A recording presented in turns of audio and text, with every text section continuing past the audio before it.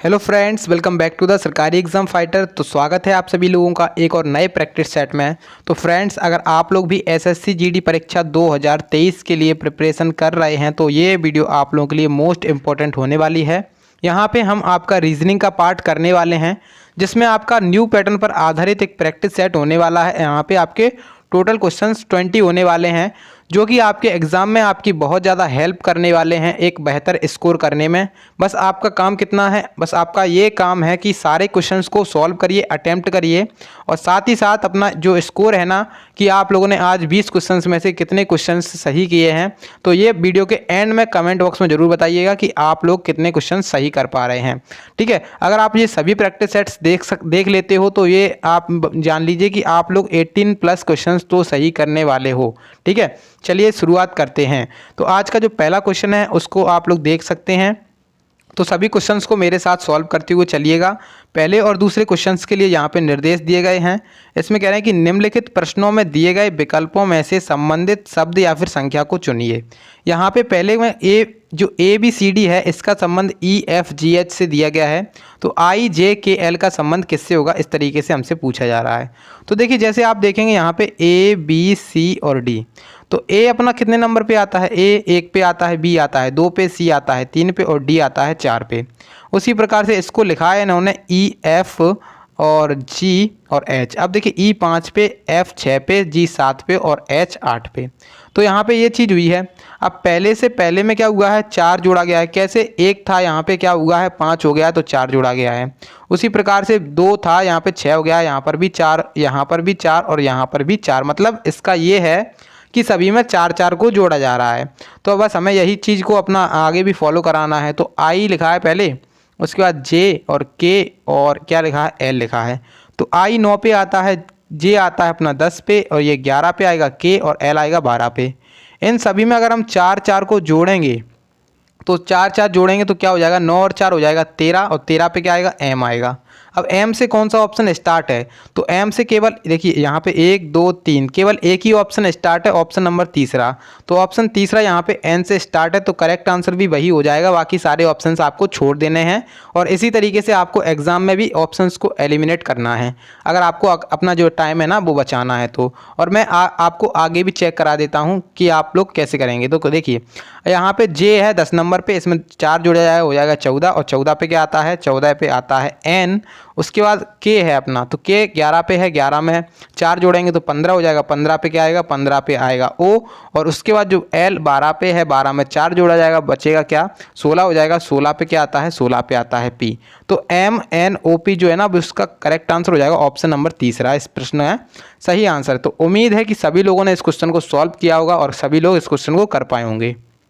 देखिए, अब question number 2 आपके सामने है। इसमें कह रहे हैं कि जो क्वेश्चन मार्क है उसके स्थान पे आपको बताना है कि क्वेश्चन मार्क के स्थान पर कौन सी संख्या आएगी। तो आपको देखने में बहुत आसान लग रहा होगा कि सबसे पहले क्या है, 33 लिखा हुआ है, उसके बाद क्या लिखा हुआ है, 66 लिखा हुआ है। ठीक है, सबसे पहले 33 है, फिर 66 है, फिर 99 है। तो आप लोग एक चीज़ देखें कि यहाँ पे क्या चल रहा है, यहाँ पे एक टेबल चल रही है। किसकी टेबल चल रही है, तो यहाँ पे चल रही है 33 की टेबल। ठीक है, कैसे चल रही है, 33 की टेबल। तो 33 पहले है, उसके बाद 33 दूनी कितना होता है, 66 होता है, और उसके बाद जो तीसरी स्टेप में 99, तो 33 थी 99 होता है। बचा क्या रह गया लास्ट में, तो पहले में क्या है, 33 एकम 33, 33 दूनी 66, 33 थी 99। तो अगले में क्या आएगा, 33 × 4 आएगा। तो 33 × 4 क्या होता है, 33 × 4 तो 4 तीय होगा 12, और 4 तीय 12 और 1 13, यानी कि 132 होने वाला है। तो 132 कौन से ऑप्शन में है, ऑप्शन नंबर 2 में है। करेक्ट जो ऑप्शन नंबर 4 है इसमें है 132, तो आंसर 132 कौन सा हो जाएगा, ऑप्शन नंबर 4 यहाँ पे सही आंसर हो जाएगा इस प्रश्न का। ठीक है, चलिए अब क्वेश्चन नंबर 3 और 4 के लिए निर्देश दिए गए हैं। इसमें कह रहे हैं निम्नलिखित प्रश्नों में दिए गए विकल्पों में से विषम संख्या का चयन कीजिए।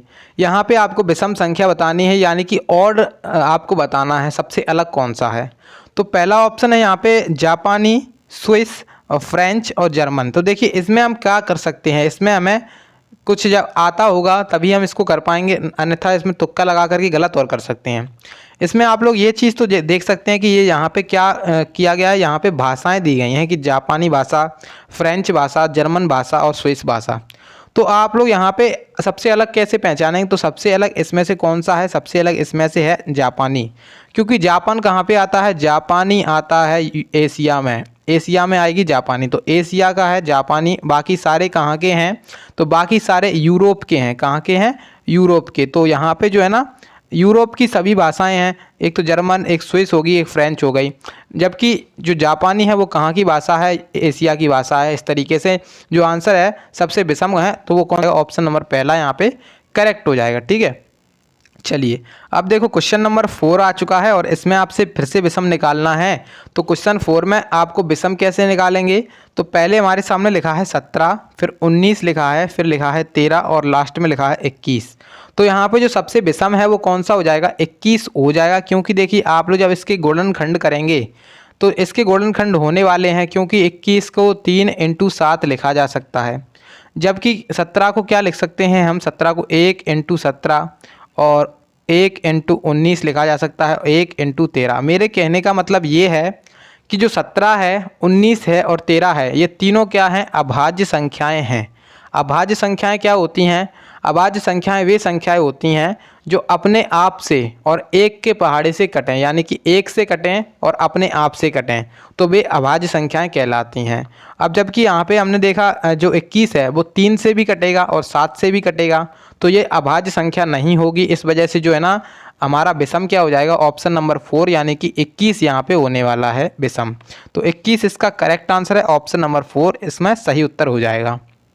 चलिए अब देखो क्वेश्चन नंबर 5 है यहाँ पे आपके सामने। तो ये क्वेश्चन भी काफ़ी ज़्यादा इम्पोर्टेंट क्वेश्चन है और इस तरीके क्वेश्चन में आपसे गलती भी हो सकती है, तो इसको एक बार ध्यान से ज़रूर देखिएगा। इसमें आपसे बोल रहे हैं कि निम्नलिखित शब्दों को शब्दकोश में दिए गए क्रम के अनुसार लिखें। तो शब्दकोश का क्रम क्या होता है, शब्दकोश का क्रम ये होता है, सबसे पहले देखिए अंग्रेजी वर्णमाला में ए आता है, उसके बाद बी आता है, फिर सी और डी, ऐसे तरीके से चलता है। उसी तरीके से शब्दकोश में भी होता है, तो पहले ए आएगा, बी आएगा, सी आएगा, इस तरीके से चलेगा। अब आप यहाँ पे जब देखेंगे तो यहाँ पे CON CON CON और CON सभी में कॉमन है CON।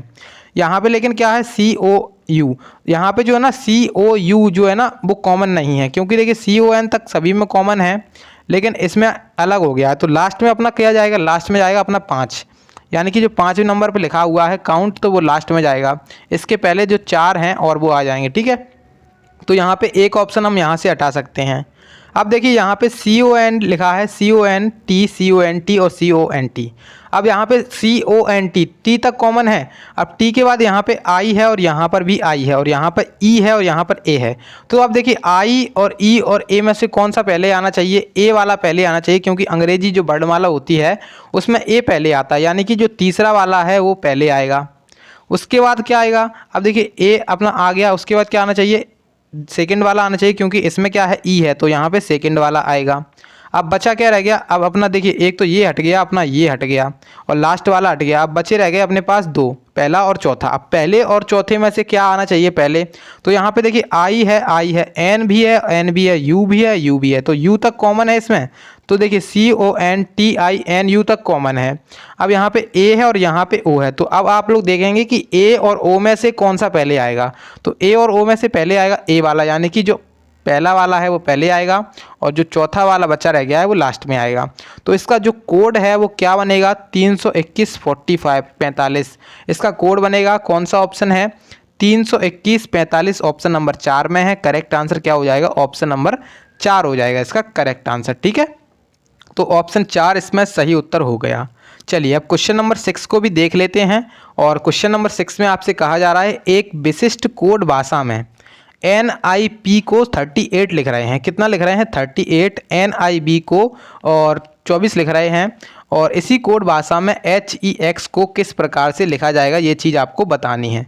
तो देखिए, तो NIP को देखेंगे जब हम, तो NI और P जब आपके सामने ऐसे क्वेश्चन आता है और इस तरीके से लिख के आता है कि इस चीज़ को हम ये लिख रहे हैं, इस चीज़ को ये लिख रहे हैं, तो आपका सबसे पहले काम क्या होना चाहिए, सबसे पहले आप लोगों को ये करना है, इसमें इनके नंबर लिख लो, आपस में इनके नंबर लिख लो। जैसे मैंने यहाँ पे लिख लिया कि N 14 पे आता है, I 9 पे आता है, P आता है 16 पे।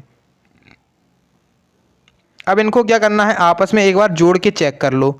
तो 14 और 16 हो जाएगा 30, और 30 और 9 कितना हो जाएगा 39। अब 39 है यहाँ पर, इसका योग कितना आया है 39 आया है, इन्होंने लिखा कितना है 38 लिखा है।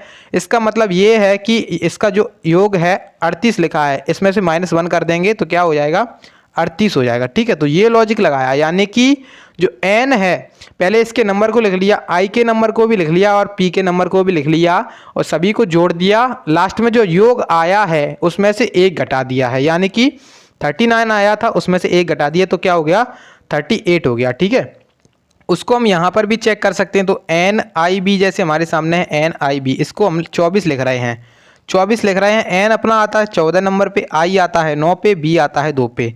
तो 9 और 2 11 होता है, और 11 और 14 कितना हो जाएगा 25 हो जाएगा। अब देखिए 25 योग आया है, इसमें से हमें एक घटाना पड़ेगा, क्या हो जाएगा 24 हो जाएगा। तो 24 यहाँ पे इन्होंने लिखा है, मतलब ये लॉजिक जो है ना मैंने बताया है वो बिल्कुल सही है, क्योंकि सभी का योग करके एक घटाना है।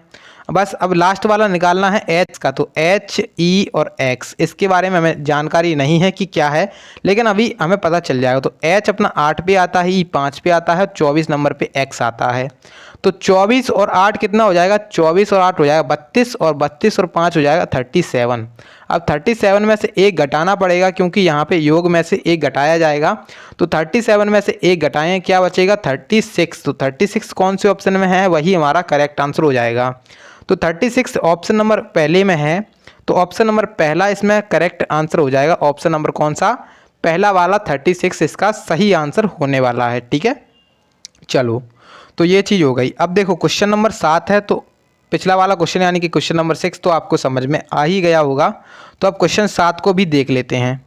अब देखिए क्वेश्चन 7 में आपसे कह रहे हैं कि यदि JACOB को यहाँ पे QZXLY के रूप में लिखा जा सकता है, तो KENDY को कैंडी को कैसे लिखा जाएगा।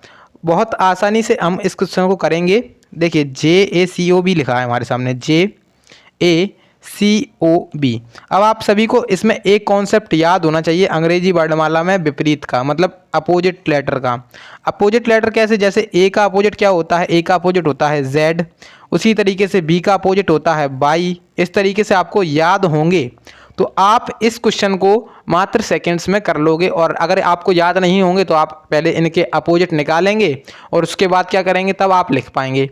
लेकिन जब आपको याद होंगे तो आप इसका देखते ही लगा दोगे, क्योंकि इसमें जो लॉजिक लगाया गया है अपोजिट का लॉजिक लगाया गया है। क्योंकि देखिए जे लिखा है पहले, फिर ए लिखा है, फिर सी और ओ, और उसके बाद बी लिखा है। ठीक है, अब JACOB को यहाँ पे इन्होंने लिखा है Q और Z, X, L और Y। अब आप सभी जानते हैं कि J का अपोजिट होता है Q, A का अपोजिट होता है Z जैसा कि अभी हमने देखा था, B का अपोजिट Y होता है, और C का अपोजिट X होता है, और जो O है इसका अपोजिट L होता है। तो सभी के अपोजिट लिखे गए हैं और बस उसमें कुछ नहीं किया गया है।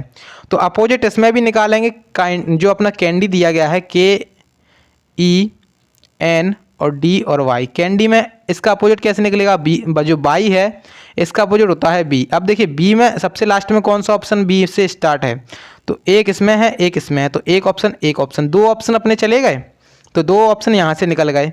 उसके बाद अगर आप देखें यहाँ पे के का अपोजिट होता है पी, तो के का अपोजिट पी होता है, ई का अपोजिट भी होता है, एन का अपोजिट एम होगा और डी का अपोजिट डब्ल्यू होगा।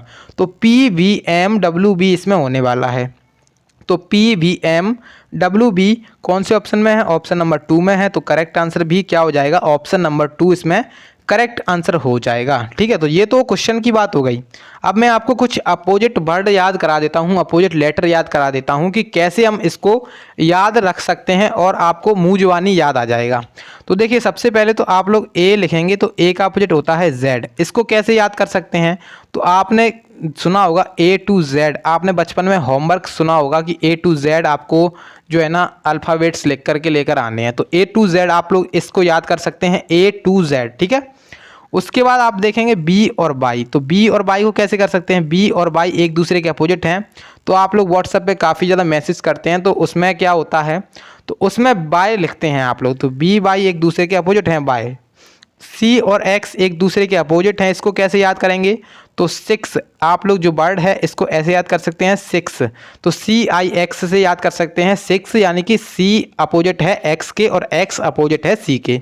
तो 3 हो गए। अब देखिए D और W एक दूसरे के अपोजिट होते हैं, D और W। अब इसको कैसे याद करेंगे, तो डी और डब्ल्यू, डी से क्या हो जाएगा दूध और डब्ल्यू से हो जाएगा वाला, यानी कि दूध वाला। तो दूध वाला इसमें अपोजिट हो गया दूध वाला डी डब्ल्यू।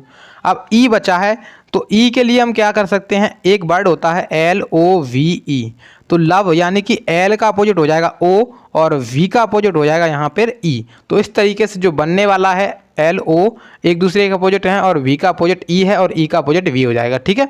तो ई हो गया। अब यहाँ पे एफ बचा है, तो एफ के लिए यहाँ पे यू होता है, इसको कैसे करेंगे याद, तो यू फूल आपने सुना होगा, यू फूल का मतलब तुम मूर्ख हो, ऐसे तरीके से आपने सुना होगा कि यू फूल, तो यू से यू और एफ एक दूसरे के अपोजिट हो जाएंगे, ठीक है।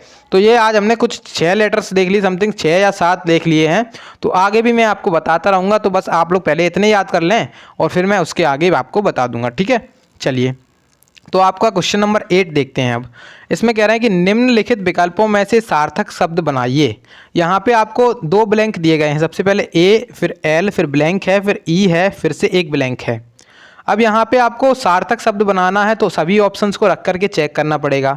तो पहले अगर हम ऑप्शन उठाएंगे यहाँ पे एस और टी, तो A L S E T, तो बिल्कुल भी गलत बन रहा है, मतलब यहाँ पे बिल्कुल भी सही नहीं हो रहा है, तो ऑप्शन पहला चला जाएगा।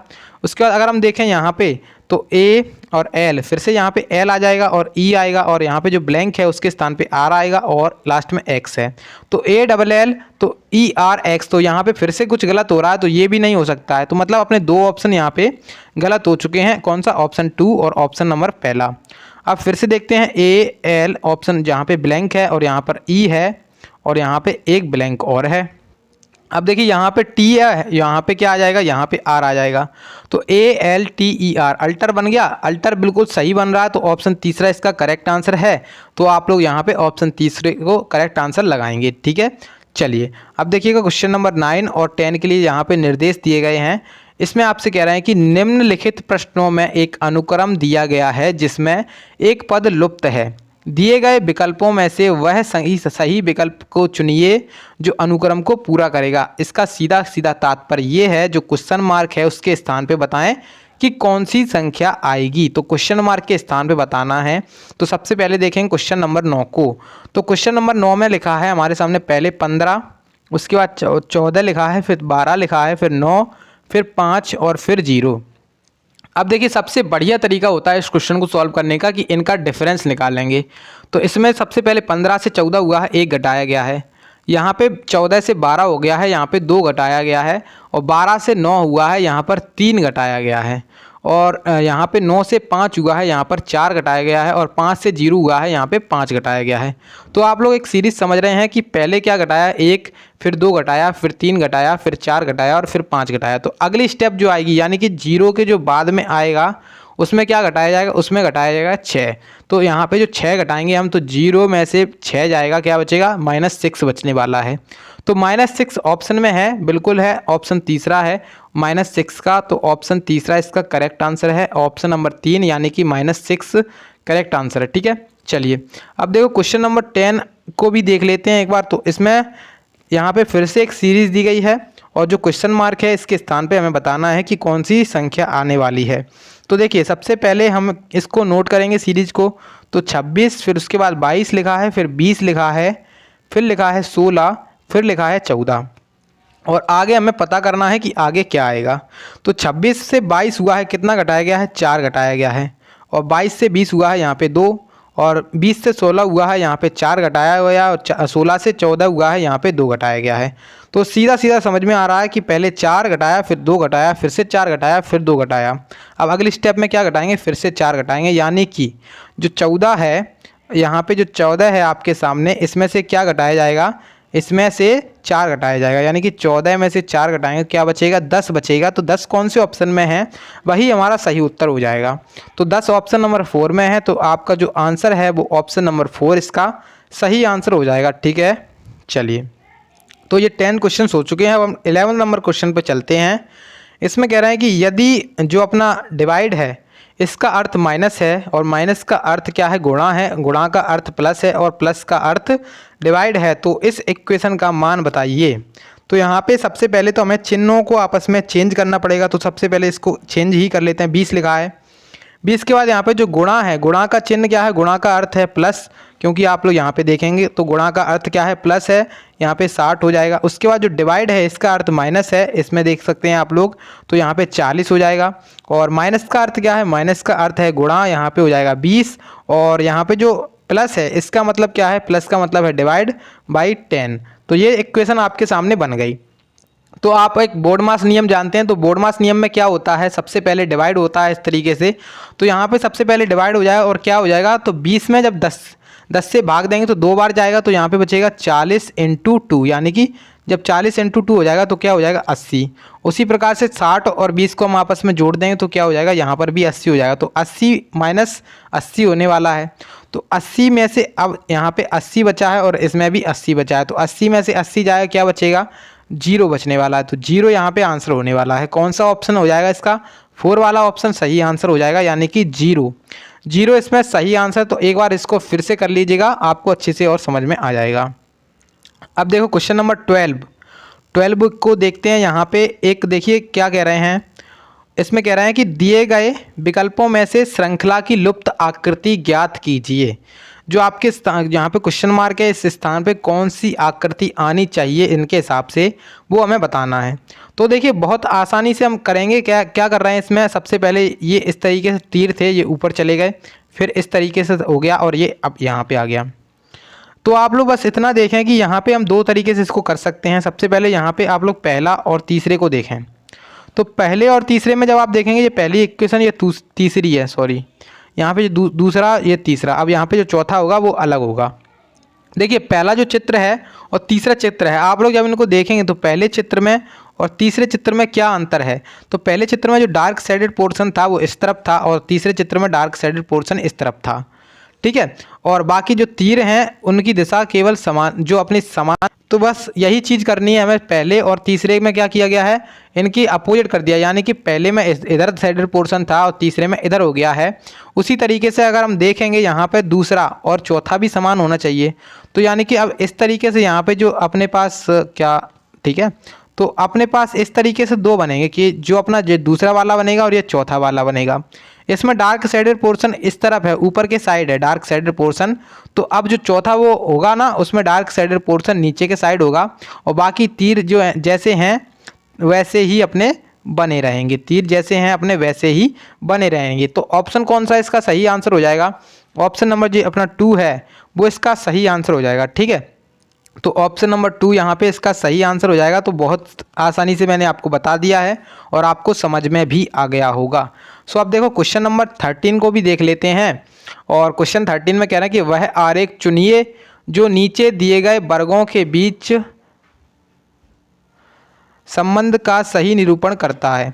तो यहाँ पे देखिए जो आपके सामने एक संबंध दिया गया है, माता, दादी और महिलाएं, इनमें हमें ये बताना है कि जो बेन आरेख है कौन सा इसका बेन आरेख सही हो सकता है। तो पहले अगर हम देखें यहाँ पे माता और उसके बाद दादी और उसके बाद तीसरे में लिखा है महिलाएं। तो महिलाएं जितनी भी हैं महिलाएं, तो देखिए अब जो महिलाएं हैं उसके अंदर कौन कौन आ सकता है, उसके अंदर माता भी आ सकती हैं और दादी भी आ सकती हैं, ठीक है। तो महिलाएं तो अपना बड़ा वाला एक सर्किल हो जाएगा महिलाओं के अंदर। अब महिलाओं के अंदर माताएं भी आ सकती हैं और दादी भी आ सकती हैं।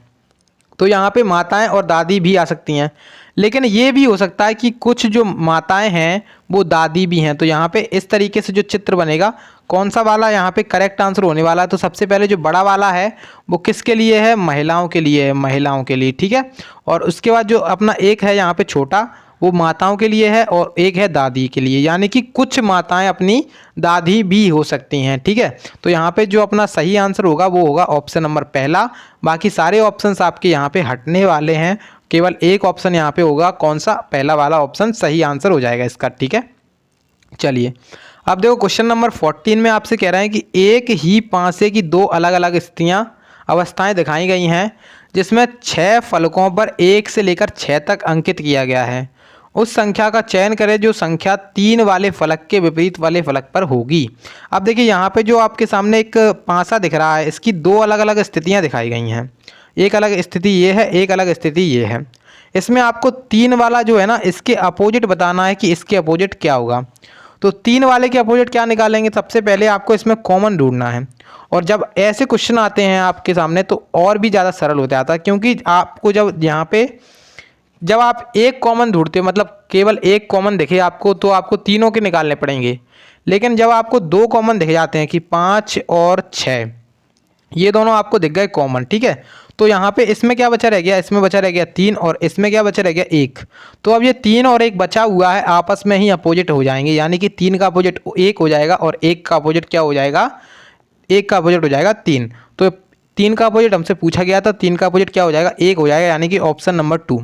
तो बहुत आसानी से हम निकालेंगे। कैसे निकालेंगे, बस इतना याद रखना है आपको, जब आपको 2 कॉमन दिखते हैं, जब आपको 2 कॉमन दिखते हैं 5 और 6, 5 और 6 दोनों में कॉमन है, तो इन दोनों को आप लोगों को हटा देना है, इन दोनों को आप लोगों को हटा देना है।